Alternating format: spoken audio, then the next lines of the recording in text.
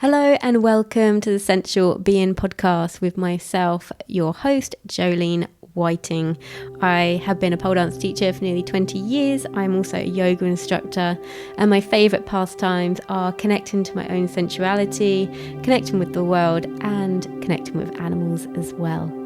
In this podcast, you'll find new and inventive ways of how you see yourself, connecting yourself with others, and also how you see and view the world around you. Today's episode, we shall be connecting to the Celtic Wheel of the year with Imbolc. Spring is just around the corner and looking into the goddess Brigid. Hello, Sensual Being, and thank you so much for joining me today. This one is going to be a very seasonal episode as we are going to be diving in to Imbolc and the start of springtime, what it means, how you can celebrate it, and really to be able to sink into the changing of the seasons will really enhance our way of living throughout our life. And just as a little side note, if you haven't done already, if you listen to this podcast and you enjoy what you've been listening to, then if you could give me a review or rating on Apple Podcasts or Spotify, I would be so grateful for it. They are climbing up, slowly but surely they are climbing up. So I'm so grateful to everybody who has done that already. It's really helped to boost the numbers of people that come to this little pocket of the universe. So thank you so much for being a part of it and for being here with me today. So when it comes to Imbolc is on the Celtic Wheel of the year, and it's celebrated around the end of January and the start of February. And Imbolc is actually a little bit of a play on words. It actually comes right back from being in the belly. So when we think about in the belly, that is baby in the womb. It is, it's all the animals that are starting to grow new life. It is the plants that are starting to grow anew. In this time of year, we can really look for that and see things like the crocus, the snowdrops. And you know what? It is the end of January right now at the time of recording this. And I have even seen daffodils. I'm like, that's really early, really early. It feels really early to me. I've even seen daffodils before I've managed to spot any of the snowdrops. And I find that really bizarre this week, really bizarre. But it's that sign of new life is coming. Springtime brings with it this real kind of freshness of energy, and those fresh spring days are coming where it's going to be it would be cold in the morning and then it would go really warm in the day and then it would be really cold as soon as it gets dark. And I love that kind of that freshness. It's like that rawness, and I really love that about the spring sun that's on its way. So when we think of Imbolc, this is actually a time if you want to channel in to a certain goddess or deity, you might think about Brigid. And Brigid is very much harnessed at this time of year, our connection to her. And she can be a triple goddess as well. And she can be known as the poet, the healer, and the smith. And actually, when you look back at what you can find, it actually wasn't that she was necessarily these three things. It's actually possibly that she was a poet and she had a sister who's a healer and a sister who's a smith, and we've kind of brought these sisters together as one goddess to actually connect with. But to be honest, it doesn't matter how you see her or connect with her. I mean, to be honest, are we ever really going to know the truth? No. So this is where it comes into our own intuition. And we can look up through resources as much as we can, but a lot of the time we can connect to these energies of ourselves because we are part of the goddess as well. If you kind of link us in that way, it's not being about book smart. It's about intuition and being soul led throughout your life. You might really connect with this time of year You may have been born around this time of year. There might be something about this time of year and you're like, I love it. And then other parts of the year you might not, or you might just love all of the season changes. So we all have different pockets of time where we will be in our cycle of life, in our astrology and numerology. It's all very significant to us, our own psyche. And to know that your one way of being and connecting with a goddess does not have to be the same as somebody else's. And that's so important. And it might not even be the same as what you used to be, which is also really important, because we are ever changing and we have to be able to move with that. And Brigid very much brings with her a maiden energy. A maiden energy. Her name is even very close to the word bride as well. Brigid, bride. It's very, very close to that word. So there's this kind of like, if you're stereotyping the younger youthful side of us, and it doesn't matter what age we deem ourselves to be, we have all got these ages within us, because we don't suddenly get old and we never stopped being young. We are just, we just are the whole lot in one go, if you choose to actually tune into all parts of yourself. And this time of year, when we look into like Brigid and what she brings, her name can be derived from strength. She's very strong, and she's also very creative. And you might find that this little pocket of time that we're just heading into now, depending on when you listen to it, end of January, start of February, this pocket of time is very potent for the creative side. And we can only have the creative side if we have had the intuitive side. So when we've gone through the time of winter, the depth of winter, sinking into winter, the resting, the slowness that comes with winter, maybe earlier nights because the nights are drawing in. Maybe you're just like, oh, I can't be bothered to go out. And that's okay. But it's not maybe necessarily I can't be bothered to go out when it's really dark. Maybe it's the fact that your body, your psyche is actually pulling you to actually be inside. Because when we actually slow down and sink in, we can get times when life stands still, even just for a moment. And sometimes that's when we have what people call a download, or an intuitive thought, or a feeling like, oh, I know what I should be doing about this, or I never thought about this, oh, I think I want to do that. And you have all these insightful moments come into you, because anyone can have this. This is not like just for like some people and not others. It's all of us. If we lean into the seasons, and when I say like in my meditations a lot, I say, you know, we're being guided by Mother Earth, Mother Gaia. This is what I mean. If we actually sink into her, she has a lot of wisdom for us, because we are that season. And to try and go with it is such a gift, and we can feel such a pushback with this. And I do appreciate why there's a pushback, because when we go into winter and everything slows down, like internally, our body a little bit, we might want to sleep more, but society is telling us, no, keep going, come on, 9 till 5, you gotta go, or Friday night, you gotta go out. It's still pushing. It's very pushing.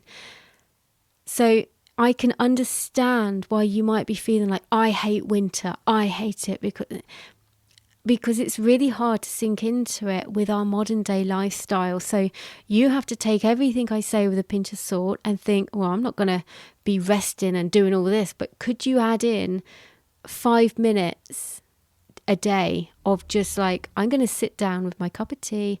I'm going to switch off all social media, not have the TV on, not have the radio on, and I'm just going to look outside for 5 minutes and take some slow, deep breaths. None of this has to be major.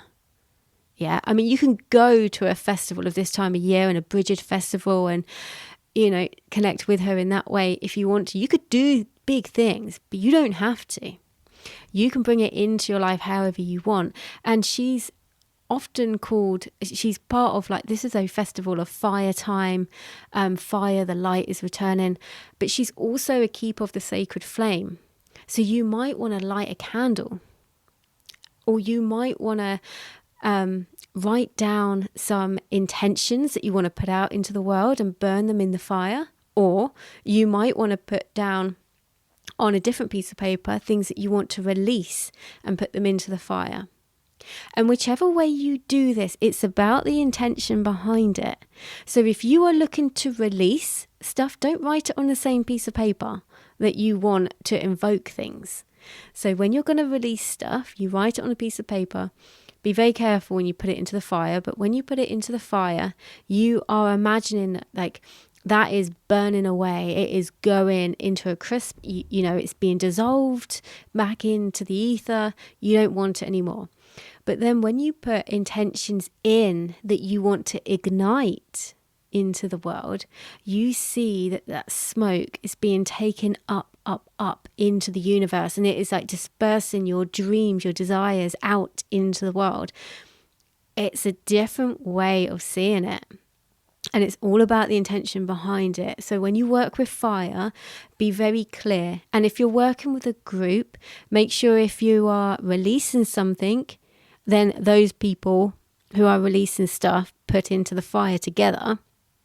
And those who are setting to ignite their passions into the world are putting theirs in together. Don't mix and match it literally in the same throw. You want this to be like as prominent as possible, and everybody can join you in that intention to help you ignite or to burn. You know, so much passion can be created through fire, and just be so careful how you do it. Just be very, very, very careful. Keep yourself safe. So also, when we look at how we've been through winter, to bring that forward into our creative spark now, if you've had times of a little bit more stillness or slowness in winter, you may have had that guidance come in and insights. And I have certainly had some major insights in January. I do look forward to sharing them with you soon. I just can't just yet. I'm going to have to leave you on a cliffhanger yet, because I can't share them with you just yet. But they are some of the most potent realizations I've ever had. But I will be sharing them on this podcast, but I just need to give it a little bit longer before I do. But I am actually taking that insightful knowledge and wisdom that has come through me, and I'm putting it into place now. And it's a big deal. It's a big deal. It's good, but it's a big deal. But I don't think I'd be where I am right now had I have not had that insight. And I needed that. So I'm bringing forward a lot of creative energy. And do you know what? When I sink into this creative energy, I am lit. I am completely lit up. It really fuels me. And I'm like, I need this. I need this feeling. And it's such a natural, wholesome feeling. But it's such a like lust. When you hear people say lust for life, it is a lust for life. And I just like, I can't get enough. You know, I find it very hard sometimes to come away from like old eating patterns and things like that. Of, you know, I kind of find comfort food has been a big thing in my life. Such a big thing. And I find it really hard to come away from that. But when I have this creative spark, this energy that makes me feel like I am on the right track, there really feels like there's just no stopping me. I absolutely love it. And old patterns of wants and old desires they go when I feel like this. So I'm trying to work as much as I can to keep myself in alignment as much as possible. So I'm really starting to tap into the creativeness of this energy. And also this time of year, we've heard spring cleaning, haven't we? I would strongly suggest that you start doing that. However it works out for you. You can turn the whole house upside down if you want to. But you could just start with, so this morning, I just vacuumed the floor. And I was like, ooh, I feel different now. I'm somebody who likes to have the floor clear. The floor clear and clean. I love that. Maybe it's because being a pole dancer, I like to roll around on the floor quite a lot. Maybe it's that, but I've just always been that sort of person to want the floor clean. Other people, my partner particularly, he hates it when there's all stuff on the worktop. Hates it. So that has to be clear for him to have like this clear energy. So it's very important to try and tap into particularly what gets you in this creative flow, because this is the time of year when you're going to want to think. You don't have to take big action, but you're going to want to think about taking action. You're going to start feeling these little nuggets of insight come into you and think, I'm going to change. I'm going to do this. I'm going to evolve. I'm going to learn this. And you start to feel that rising. And that is what we want to ignite a lot more. And I want you to think as well about this time of year. What else do we have coming up in February, which I hadn't really made the connection before until now. But we have Valentine's Day coming up. And this is really interesting because also Imbolc, when you think of what I just said earlier in this episode about like the new life, new growth, this is actually a festival of sacred love. You know, it's funny. And then Valentine's is just around the corner as well. Funny how that works out. But it's that re-emergence of our own inner life force energy. Now, I'm not saying you've got to go out and get a partner. It's not that. I mean, it can be that if you want it to be that, but it's not that. This comes from within, our sacred love for ourselves, igniting our passion within. And springtime is that time when even animals start to flirt with each other. You know, it is primal. And that is also our energy that we're tapping into. So if you put those things together of creative energy and sacred love, sacred sexuality, you put those together, this is a very powerful, potent part of the year. This is a time when we are starting to emerge and wake up. So it's okay if you start to feel like, I'm starting to think I want to do stuff, then that's really good because you're really tuning in to this time of year. And it's okay if you don't feel like you are tuning into it. This podcast might be hitting you a bit too early. You might be thinking, Jolene, I'm not there yet. I'm really not. We can start to really try and link ourselves in to the season more. If you find that you're quite disjointed from the season changes, or you just hate winter, so you're in a slump, or if you just don't really connect with nature in that way. And I'm such an advocate for connecting to nature. And I love to hear your stories of how you connect with nature too. Since doing the tree podcast, I've had so many people message me and say, oh my God, I love trees too. And I do this. I honestly love finding out your ways, because also, whilst I'm sitting here talking to you, I'm actually just sitting here talking by myself. So to find out from you the little nuggets from your life that light you up, particularly when they connect in with mine, I love that. It brings us closer together. And that is what I'm about. That's what this podcast is about. You might just think I'm sitting here talking and then you're listening. I'm really not. I am actually connecting with you. And I love when I actually get that back. And even if you don't want to say anything to me, that's fine. But I absolutely love it when people do send me little messages, little insights of what they have. And it just really, really fuels me so much. So if you are someone who's done that, thank you so, so much. Also, you can do things to actually connect in to the season. So if you are someone who feels a bit disconnected, then here are some things that you can actually do. So 1, spring clean. Clean your place, clean your house, do some dusting. Maybe cleanse some areas of the house that you don't normally do. And what do I mean by cleanse? So yes, clean. Yes, you've got that.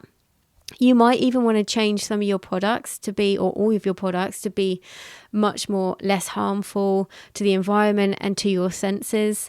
So things that aren't heavily like fragrance, you might think about taking that angle with it.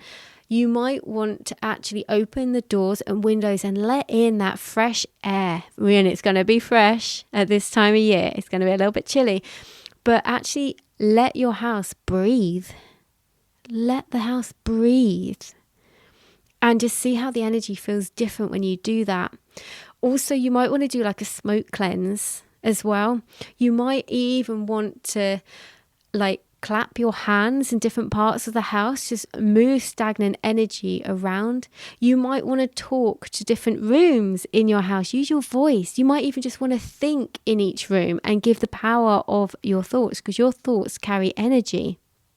So you might want to rejig your thoughts and actually think certain things in certain rooms, or you might want to speak it out loud. This is all cleansing. So it's not just wafting around some sage. It can be more than that if you want it to be, or it can be less than that if you want it to be.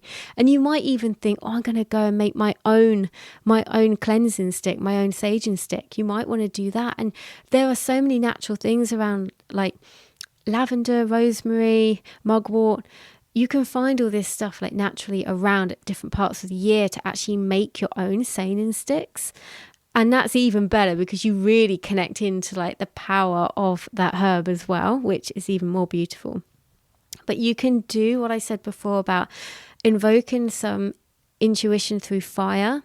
And it can be just lighting a candle and maybe saying a prayer for yourself. Prayer does not necessarily have to be on your knees at the end of the bed. It might just be closing your eyes, putting your hand over your heart and saying, thank you, I really appreciate my life. Thank you. Either saying it out loud or internally, but that's so powerful. And to do it in front of a flame or light a fire, it's just being more mindful about what you are doing and what you are looking at and experiencing, like the flame or the flames. Also, Brigid is linked in with water as well, and wells. So you might want to actually speak into water. Everyone's got different elements that they really connect with. So you might be somebody who's like, I really don't connect with fire. I get what you're saying, Jolene, but I just don't really connect with fire. But water you love. And you might want to do some intention setting around even just a glass of clean water before you drink it, and speak your intention into it and then drink it. That's so powerful. A lot of what I'm saying is not big stuff, but this is really how to infuse our rituals into daily modern life so that your life becomes one big moving prayer. And I saw that written down again by Rebecca Campbell at the weekend. Your life is like a living, moving prayer. And I was like, I love that so much. How can we do this more? And it's by bringing in those little rituals. So don't think, I haven't got 3 hours to spare to do a ritual or go to this particular place. I won't do anything. You can literally do this glass of water, light a candle. This stuff is not big. It really, really isn't. You might want to link in to baking, seasonal baking, and dairy is a big part of this part of year. As part of in the festivals. And so if you're baking, you might want to do something with dairy, or if you prefer a dairy alternative, that can be really invoking. It depends. Again, you might think, I love being in the kitchen, or you might think, no, I don't, I hate bacon. You pick whatever really sits with you. You can create your own altar for this time of year. You might want to when there's blossom on the trees, you might start to bring those petals in. If they're not on the ground, then by all means ask the tree first. And so this is interesting, right? So when you ask a tree or something that has got life in the ground. So if you see leaves that have fallen on the ground and you want to put them on your altar, pick them up, take them in, say thank you. Good. But if they're actually still attached to the tree, I would strongly suggest that you ask whatever it is you wanted to pick from, either out loud or in your mind, please, can I take this from you? I really appreciate it if I could. And then see what happens. I'm not saying the tree will go yes or no. It's not that. But there'll be a sense around you that you'll know if it's the right thing to do. So if you say this internally or outwardly to the being that you want to take some of their life from, so say a tree and you want to take some blossom. If you ask, and this is going to be different for all of you, but maybe you don't hear anything. Maybe everything goes quiet, and maybe that's your sign to take it. Maybe all of a sudden you get a big gust of wind and you're like, oh, okay, maybe I won't. Sorry, I'll move on to the next tree. Or maybe there'll just be some sort of like a commotion. A dog will suddenly bark somewhere and you'll think, that disturbed a little bit of peace. Maybe I don't take from this tree. So it's very subjective to where you are, who you are, how you ask, what you're listening for. You might think that actually silence is not a good answer. You might be like, I want the gust of wind to tell me yes. And the silence will be please don't. Again, each to your own. You will know what feels right for you. But if you make something like an altar, and you might want to, like, if you look up a Brigid cross and you can make this, and it doesn't look, I've never made a Brigid cross. I kind of want to make one now I'm saying it. But they don't look particularly hard to make, but you can look them up. If you look them up on YouTube, then you can see how you can make them. And again, when you gather what you need from the outside, again, ask nature, are you okay to take this? Particularly if you're having to cut it off. Make sure it's in an abundant plant that you are taking from, not a plant on its last legs. So this is where we tune in and connect to nature so much more. And when we go out, go for a walk. And if you're like, I hate this time of year, wait till it gets a bit sunny. I'm looking outside now. It's the end of January. I'm looking outside now and there's a pocket of sun. You don't have to go out for very long, but you can if you want. Go out, feel the sun on your face, look for the signs of spring. And this way we really connect in with our senses to the act of Imbolc and spring. I'm such a big advocate for linking in with the seasons. And I've always said this. So I'm really enjoying the last few years of really connecting in to the Celtic Wheel of the year. It really clicks for me because I've always been somebody all my life. And my mum says this too, so I must get this from her. And you know my mum now. If you've listened to a couple of episodes ago with her interview. But we have always said that we love the season change. So I love this time of year when the days are starting to get a bit longer and we're getting more sun. But I equally love when the time of winter, when the trees shed all their leaves and it gets really stark and dark. And I love that time of inwards. I love the fact that I connect with the season, and I've always done this. So I don't actually have, shock horror, I don't have a favourite season. I think maybe I feel more lit around autumn purely because I was born in November, maybe. But then arguably now I'm feeling quite feisty. Like there's stuff I want to do with my life right now. There really, really is. And I'm so here for it. So maybe it is literally just a season change I'm about. I'm not too sure. When I have an answer on that, I will let you know. I really hope that you've enjoyed connecting in to this time of year with me today. Because the more we can sink into nature, the more we realize who we are. And life doesn't always have to be quite so complicated. It's so complicated with errands, deadlines, times. But actually, when we look to Mother Nature herself, it's much more simple. Much, much more simple. So remember, as always, to lead through your life with your heart and to live with intention. Thank you so much for tuning in today. If you enjoyed this episode, please do share it with your friends and on social media. If you have the time to rate or review this podcast, I'd be ever so grateful. If you'd like to follow me on Instagram, you can find me at Jolene Sensual Being. The links to my YouTube and to sign up to my mailing list will be in the show notes as well. I look forward to speaking with you again very soon.